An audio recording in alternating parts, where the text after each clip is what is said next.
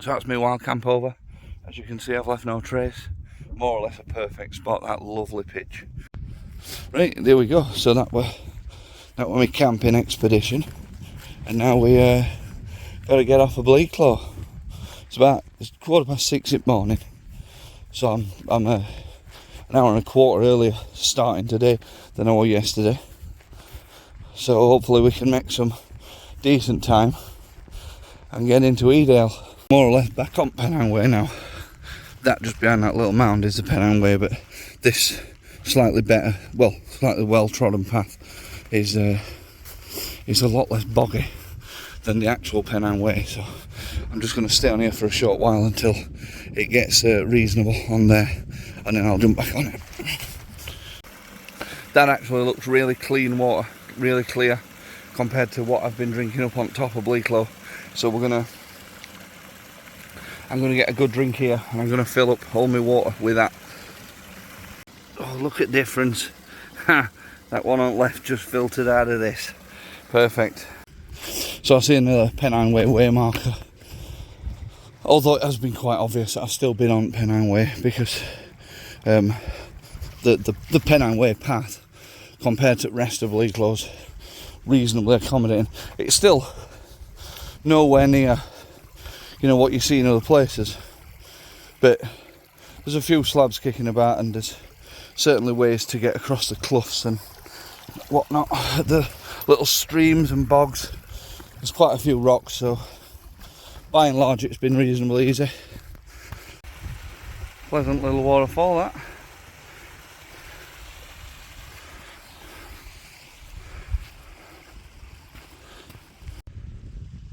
Look at that for a mentor.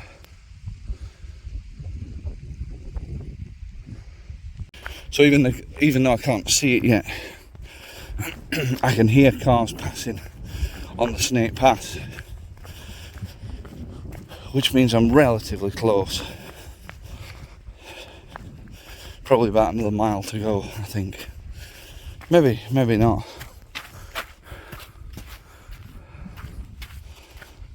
Maybe a tad more, but so there's not a lot else to listen to really. Big cairn here on Pennine Way. Help you make sure you know you're on the right path.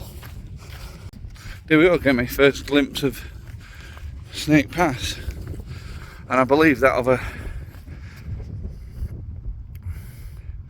the thing central to the screen now, I believe that's roughly Snake Pass summit, and then the hill that's immediately above that, that's Mill Hill, and we're gonna go up to that and then across onto top of that, which is Sandy Hayes, and then from there it's across the plateau and down into Edale. I mean, it's still a fairly long way, let's not kid anyone, but we are making progress. Views over to Manchester. I don't know if you'll see it, a bit in way, I can see them with naked eye. And if we look back up to Higher Shelf Stones, just up there, which we could have visited, but on this second day I'd rather get trucking and try and get to Edale as soon as I can. So it's about another 3 miles to Mill Hill from here, maybe 2.5. But it's also quite gentle as well. The last like even kind of hardish climb I've got is once you're at Mill Hill, you drop down before you climb Sandy Hayes, and I think that climb's about 150 metre over a very short distance. From Snake Summit up to, I think it's Moss Castle, that's only about 30 metre of ascent, and then it's more or less a long, gentle 15 metre up to Mill Hill, so should be reasonably easy going now. So bar that last climb up Sandy Hayes, which you can just see right there.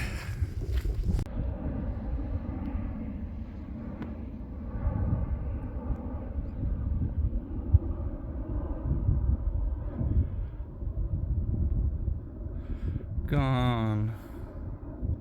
And there we are, Snake Pass summit. We're off of Plateau. 2 of the 3 big ones done.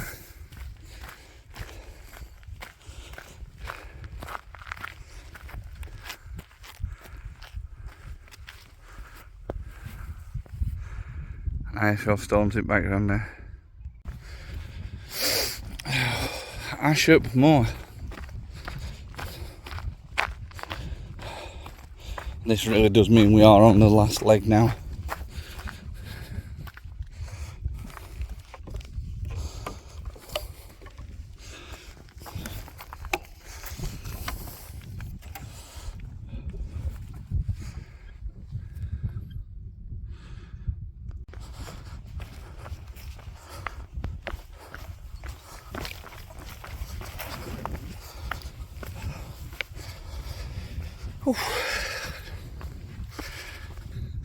I'm heading up towards Moss Castle.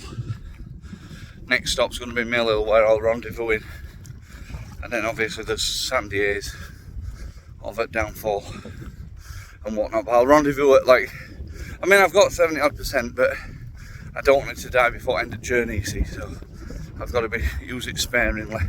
I have got probably about 15% left in my power bank as well, but I'm hanging on to that for emergency, so it might not be loads more filming. Should have brought me bigger power bank, if I'm honest with you. Tried to cut weight, didn't I? Tried to bring a smaller one and cut a bit of weight, so might have been a little mistake that. Well, only a mistake to the tune of not being able to film it all. But so I'll talk to you soon. Mill Hill. And that's next. To climb up onto Sandy Haze, onto the Kinder Plateau. That's where we've come from this morning. Over towards Shelf Moor. And if we go a bit further that way, you might just be able to make out Moss transmitting station. Well, that's where we came from yesterday. Behind that's near the summit of Black Hill, which you can see from here. That's Black Hill there. Nice little distance. Right, I'm just going to have a bite to eat. Generally don't rest at cairns or summits or trigs because I don't like feature hogging. However, it's 8:15 in the morning, there's absolutely nobody about, and I've got like a nice little seating area here, so I'm just going to knock out a quick bit of food, some juice, and get on my way. So talk to you all soon. You can just see Kinder Reservoir now, just getting to the top of William Clough as I start my ascent up onto the Kinder Plateau via Sandy Haze. Right up there. Oh, the well-known waymarker, showing the other options that you've got. Hayfield up to Bleaklow, where I've come from. This is going to say Ashop Moor snaking, that's sadly no longer there. And Edale, which is where we're going. Straight up that Boglertron. There actually. And so it begins. It does get a little gentler at this cairn. And if I remember correctly, that is now the last hard bit of ascent. And it's all on the plateau now. Lovely view of Kinder Reservoir. About another mile to the Downfall, and then across Crowden Tower, and I think Glover Grinslow and all, and drop into Edale.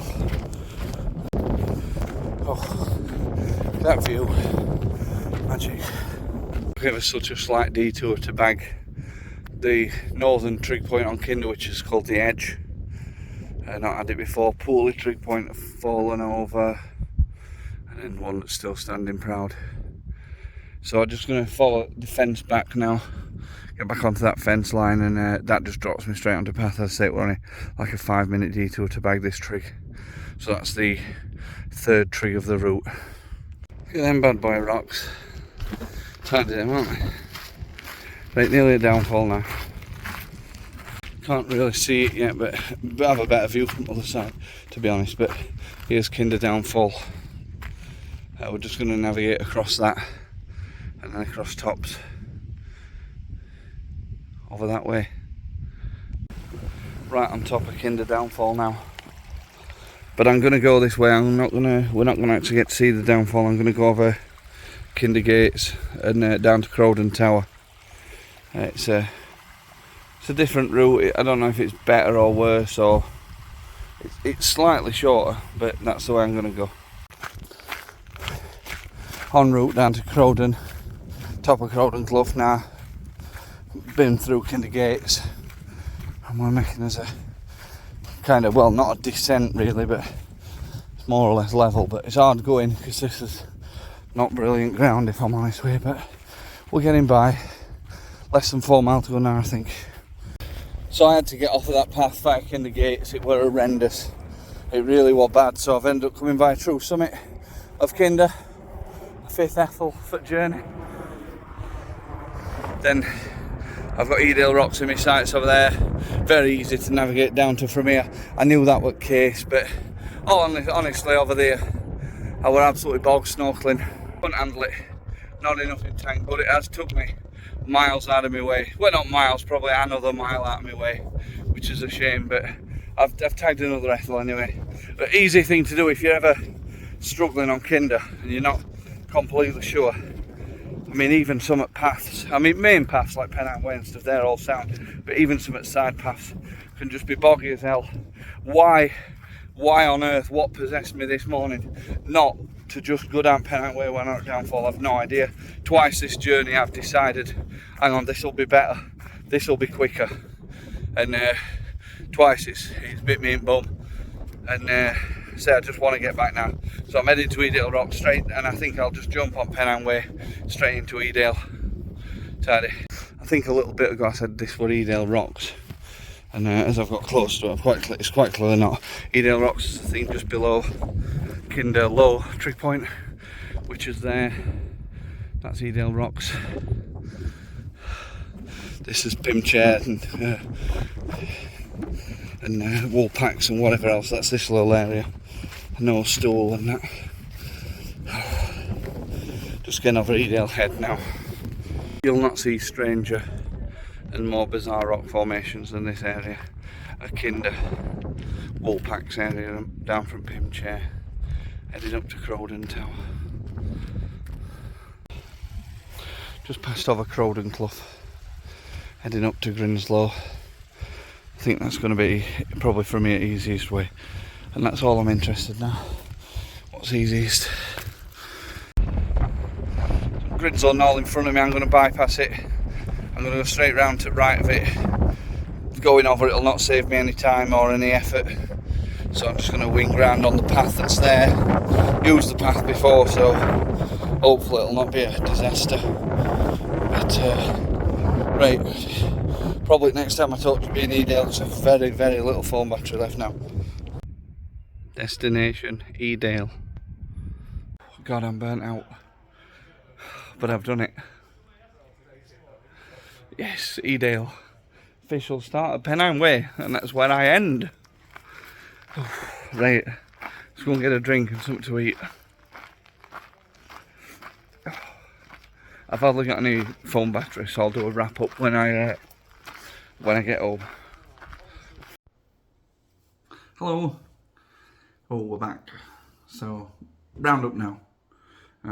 Day 2 footage was quite weak, if I'm honest with you, because obviously my lack of charge in my devices and my decision to take the smaller battery pack instead of my big one to cut about 150 gram away. It didn't seem a particularly good one.